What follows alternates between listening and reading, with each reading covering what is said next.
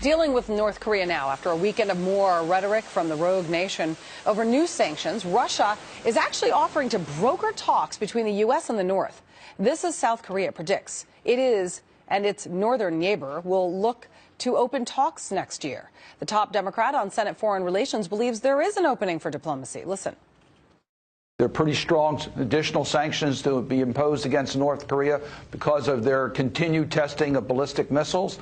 So that is absolutely, it was a strong move forward. It was great to see China and Russia join us in that. It now needs to be followed up with diplomacy, where we get China and the United States working with the same strategy with North Korea to find a way that we can ease the tension and get North Korea to change directions.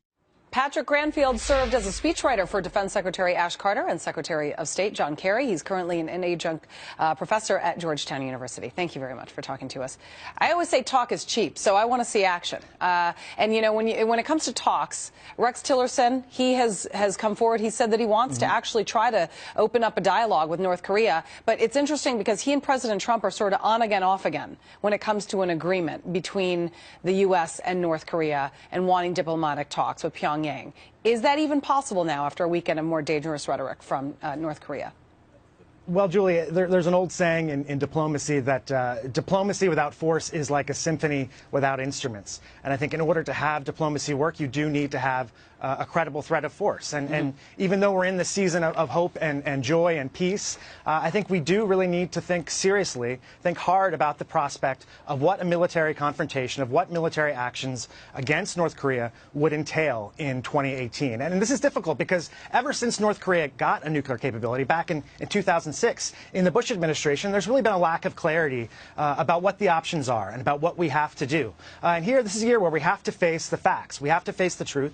And what that will require is for us to exhaust all diplomatic options available. And I think you heard those sound bites from Rex Tillerson, and you've seen the work of Secretary Mattis and Ambassador Haley. And I think it's encouraging that they are ratcheting up the diplomatic pressure, because when you look at what even a limited military escalation would involve, and you've heard from the administration, they say this is possible. But Julie, I went to Catholic school, and I remember a Latin phrase that we learned, and it was a bellum ipsum allet. That means war feeds on itself. And we don't know exactly what a war will cost, what its ramifications will be, but we do know that diplomacy, deterrence, backed up by a credible threat of force, has worked in the past, and that's what we should continue to pursue in 2018. Unfortunately, though, it hasn't worked with North Korea. I mean, and, you know, I want to know where you stand with the Kremlin even offering to broker talks between Pyongyang and the U.S. I mean, how is that going to go?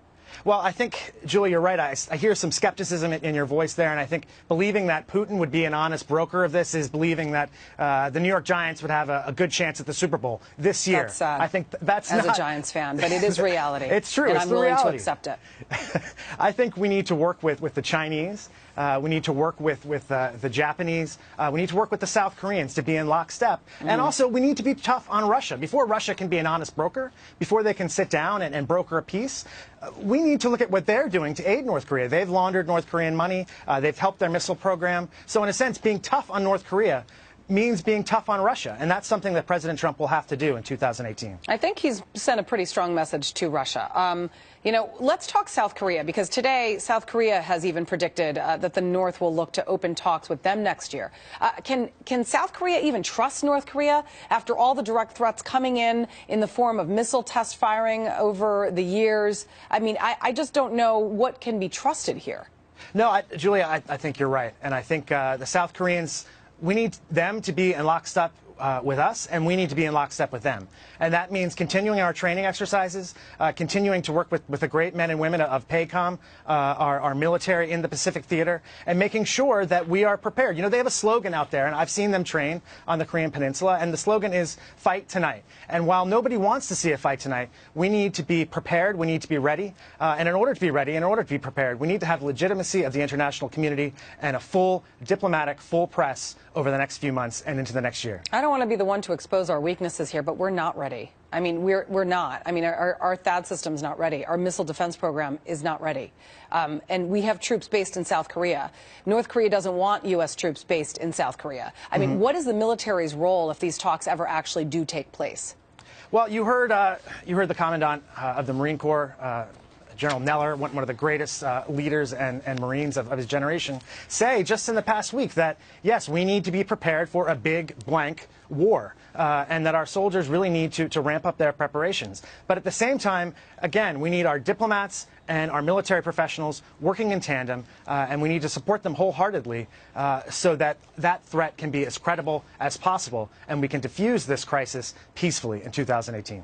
Let's hope so. Patrick Granfield, thank you so much. Thank you.